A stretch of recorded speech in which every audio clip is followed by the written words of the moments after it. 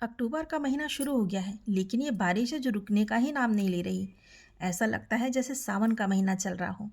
आज तो मेरी नींद जल्दी खुल गई थी। बाहर देखी तो रिमझिम रिमझिम बारिश हो रही थी। एक लोटा जल रात को रसोई में रखती हूँ और सुबह उसी जल से दहलीज में छिड़काव करती हूँ और बचे हुए जल को गमले में डाल देती हूँ। घर की दहलीज पर जल छिड़काव मेरे दैनिक जीवन का हिस्सा है। इसके बाद बेडरूम व्यवस्थित किया, ब्लैंकेट को फोल्ड करके रखती हूँ।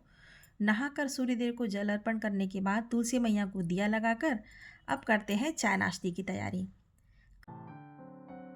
एक और पराठा सेकने लगी और चाय चढ़ा दी। शॉप पर कुछ सामान का स्टॉक भरवाना था तो उसकी लिस्ट तैयार करी। छुट्टी का दिन भी था तो सोची घर का भोजन बनाकर शॉप पर चला जाए। जब से मैंने ये फूड प्रोसेसर लिया है मेरा काम बहुत आसान हो गया है। मुझे तो रसोई घर में सबसे बड़ा टास्क लगता था आटा लगाना। दिन भर में कितनी बार आटा लगाना पड़ता था, कभी पूरी का, कभी पराठे का, कभी फुल्की का। अब मात्र 2 मिनट में आटा तैयार हो जाता है। हाथ भी गंदे नहीं होते और बढ़िया मुलायम आटा गूंदा जाता है। और मुलायम आटा हो तो रोटियां भी नरम नरम मुलायम बनती है।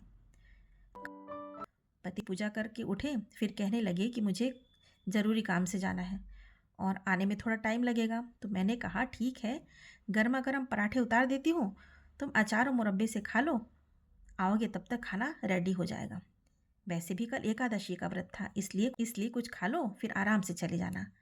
इतने में मैंने फटाफट गर्मा गर्म पराठे सेके और साथ में आम का मुरब्बा और लाल मिर्च का अचार दिया। आज दोपहर में खाने में सिर्फ फुल्का और चने की दाल के साथ लौकी की सब्जी बनाने वाली हूँ। घर में सब लोग खा पी कर के फुर्सत हो जाए तो सुकून रहता है। फिर हम अपने दूसरे काम पर ध्यान दे सकते हैं।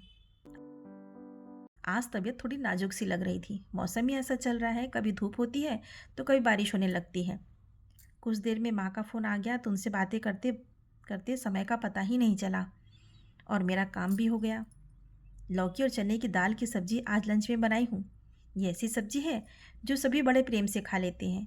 गर्मा गर्म फुल्के के साथ ये वाली सब्ज़ी खाने में जो आनंद है क्या ही कहना, बहुत ही बढ़िया लगती है। तेज मिर्च मसाले से हटकर साधारण भोजन का मज़ा ही अलग होता है।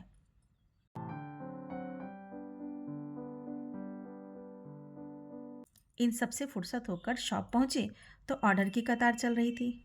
और छुट्टी वाले दिन तो यही हाल होता है। एक तरफ फ़ोन पर ऑफलाइन ऑर्डर की घंटी तो दूसरी ओर जोमेटो के ऑर्डर की घंटी बजती रहती है। कस्टमर के प्रेम और विश्वास से ही कुछ तीखा कुछ मीठा है। ऐसे ही सपोर्ट करते रहिए ताकि हम और बेहतर करते जाएं।